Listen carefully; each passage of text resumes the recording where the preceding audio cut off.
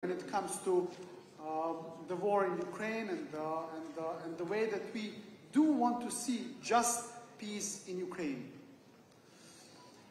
Number 3 pillar of our foreign policy is the EU perspective. Montenegro is one of candidate countries which is at this stage the most advanced. We are having a very ambitious target of becoming the 28th member state of the EU as of 2028. It's a very simple goal. It's an ambitious goal, but we do believe it's a very realistic one as well. And I believe that also Europe has understood more clearly, especially following the Russian aggression on Ukraine, that the enlargement of the EU is also about the security of the European continent. And this is where also a number of capitals from the member states of the EU change their attitude a bit towards the enlargement process. And this is where I believe that the successful story of Montenegro in terms of becoming the next member state of the EU could also be a role model for all the other candidate countries that do want to join the EU. And this is also what is in the interest of the EU itself. And finally, Montenegro, as part of the former Yugoslavia, was a founding member of the United Nations.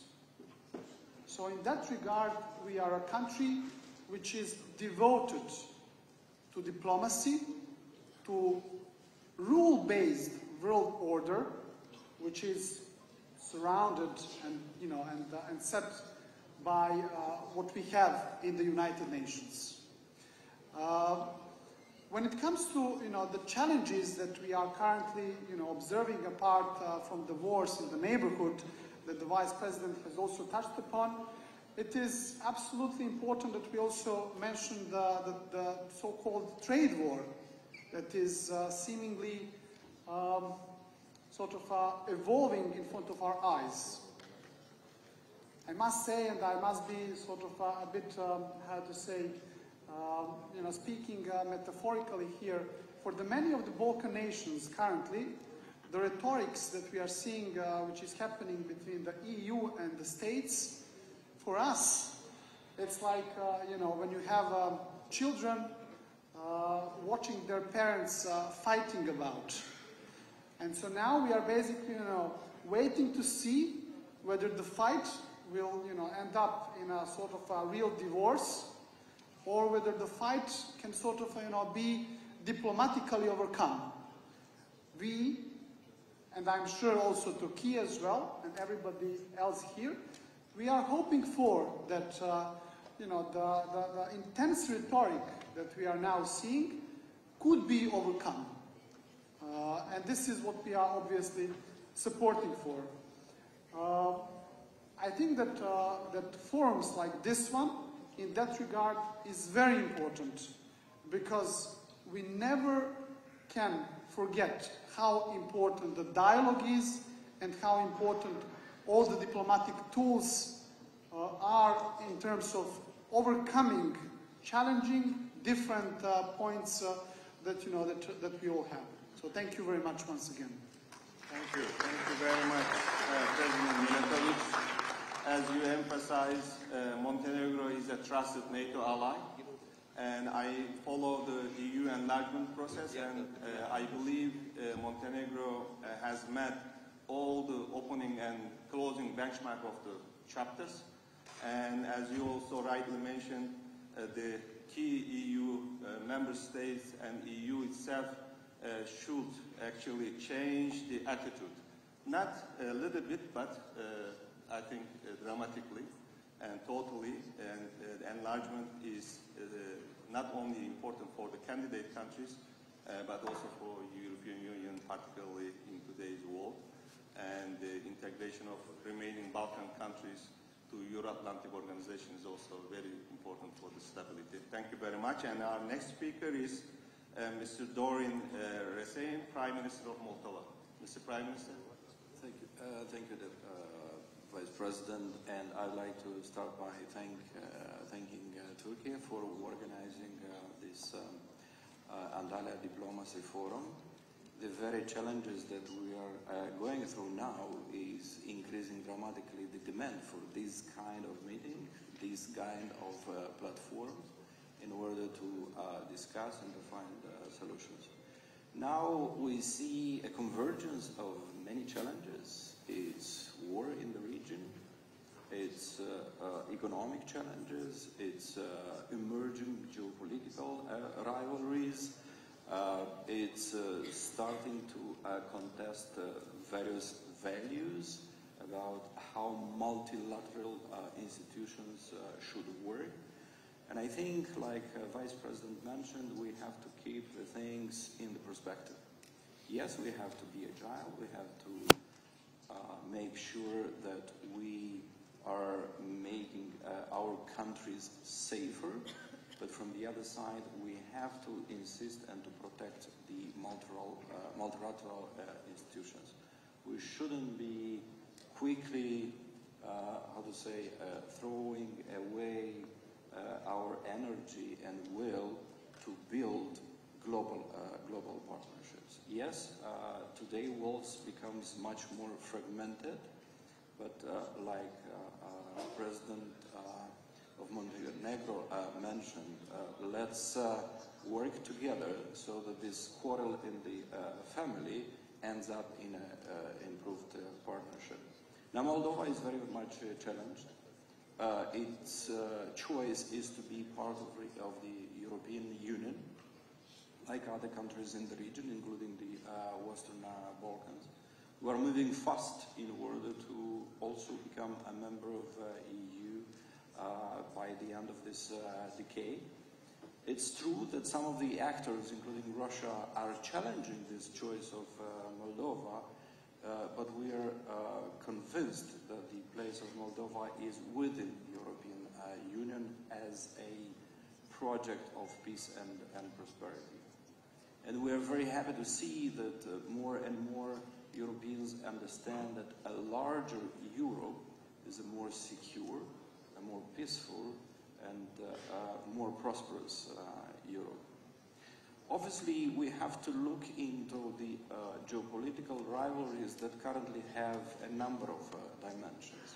It's the economic dimensions, but also the emerging dimensions like the artificial intelligence.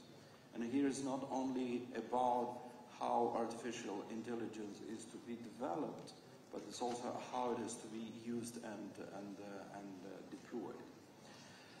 To sum up, we have to build short-term partnerships in order to navigate through the current challenges, but we have to keep the long-term perspective of having multilateralism back on stage and working together to overcome all these challenges. And we have all to remember that the biggest challenge coming so far is the climate change. Thank you. Thank you very much, Prime Minister Erdogan, and also for respecting the 4 minutes limits. And ladies and gentlemen, our next speaker is Mr. Irakli Kobakidze, Prime Minister of Georgia. Mr. Prime Minister. Thank you very much. First of all, it's always a great pleasure to be in Turkey, which is not only a neighboring country, but also a very reliable friend for Georgia and strategic partner for my country. And I would like to thank our Turkish friends for their excellent hospitality. Thank you very much again. It's a great pleasure for me to be part of this panel. When we talk about the multipolarization, of course it's a great challenge for all of us, but at the same time, if we talk about the multipolar world, it's also an opportunity for all the countries, including a small country like Georgia. In this very complicated situation that exists in the world, we try our best to deepen our partnerships across the world. And we are quite successfully doing that. Just to mention, for example, so we are expanding our economic partnerships, our trade partnerships with different countries. And Georgia is a small country in the region, which has signed the free trade agreements with around 50 countries around the world. So we have the free trade agreements with the European Union countries. We have the free trade agreement with CIS countries, with Turkey and with United Arab Emirates, and with China at the same time. So Georgia was strategically playing a very important role. Always we used to connect the Europe with Asia, West with the East, also economically. And it's our goal to restore this function for Georgia as much as possible. And the only solution for that is to further deepen the economic and political partnerships with different countries across the world. So that's basically our vision. We also have the visa-free regimes operating with around 50 countries across the world. So that's our general vision, to deepen the economic cooperation and to strengthen also the political partnerships with different countries. And we have the same vision also for our region. You know that our smaller region is also quite complex, and there are the existing conflicts between different countries. But Georgia always played a very positive role in terms of strengthening peace in the region, also in the South Caucasus region, and all our neighboring countries, I think, are appreciating Georgia's positive role in terms of deepening the cooperation and strengthening the peace around us. So we also have a peaceful vision with regard to our policies to the Russian Federation. You know that around 20% of our territories are occupied by the Russian Federation, but even in this situation, we are following a very peaceful vision, a pragmatic vision. We have no diplomatic relations with the Russian Federation, but at the same time, we are pursuing kind of intensive economic policies. We have the economic partnership and we have the trade partnership with the Russian Federation. So that's also part of our vision. And I have to say that this vision works. Economically, we are doing quite well. If we take our figures from 2021, our average economic growth, annual average economic growth since 2021 was 9.4%, which is the highest number not only in the region but also in Europe. So that's the key aspect of our policies. We should be concentrated on the economic development. We should be concentrated on deepening the peace around us. And we are going to follow this policy also in the future. So in terms of the alliances, we have a very clear vision. So key foreign policy priority is to become a member of the European Union. We are facing some challenges in this respect. But so we are hopeful that with restoring peace around us, especially in the Ukraine, the integration path of Georgia will be promoted more intensively. So we are waiting for this momentum, and we are hopeful that the developments will be positive also in this respect. And the key for everything is the peace, also for the development, for proper relations between and among different countries. So everybody, I think, should be concentrated on strengthening the peace around us, and we are very happy that we are doing it together with Turkey, which is also promoting a very peaceful vision for development. And so again, so also in the future, we are going to promote our peaceful vision and to be concentrated on the development of our country, especially on the economic development. And without international connections, everybody knows that strengthening the economy of the country is just impossible. So again, peace, economic development, prosperity is something on which we all should be focused. Thank you very much, Mr. Prime Minister. I do also believe that the countries in our region inevitably have to balance their relations with all the key actors, and this should be understood and respected by all the actors. This is what Turkey has been doing, and this is what Turkey has been advocating. Now it is my pleasure to invite Mr. Rosen Zelyaskov, Prime Minister of Bulgaria. Mr. Prime Minister, please. Thank you, Mr. Chair. Dear ladies and gentlemen, I would like to express my gratitude for the opportunity to participate in this great forum. Dear colleagues, we live in a world of geopolitical reshapes. Basic principles of international law are being challenged. Even before the war in Ukraine, the liberal democratic world order based on a common security architecture was the subject of intense public debate. The big question now is whether commonly accepted values are valid. The multilateralism is a global governance based on the creation of common rules. The purpose is to avoid bilateral and accordingly discriminatory agreements. The world emerged from the World War II with the ambition to create a new world order which would be controlled by international organizations to ensure that no country would abuse the others. Thus were laid the foundations of United Nations, International Monetary Fund, World Bank, World Trade Organization, NATO. The strongest example of the success of the removal of trade barriers is the European single market. Multilateralism is the most important mission for the European Union. Without it, the survival of the Union is greatly threatened, not only because of what is happening globally, but also because of internal problems.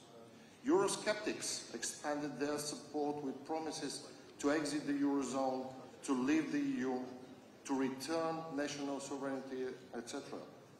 Brexit was the first to break down the defensive wall of multilateralism.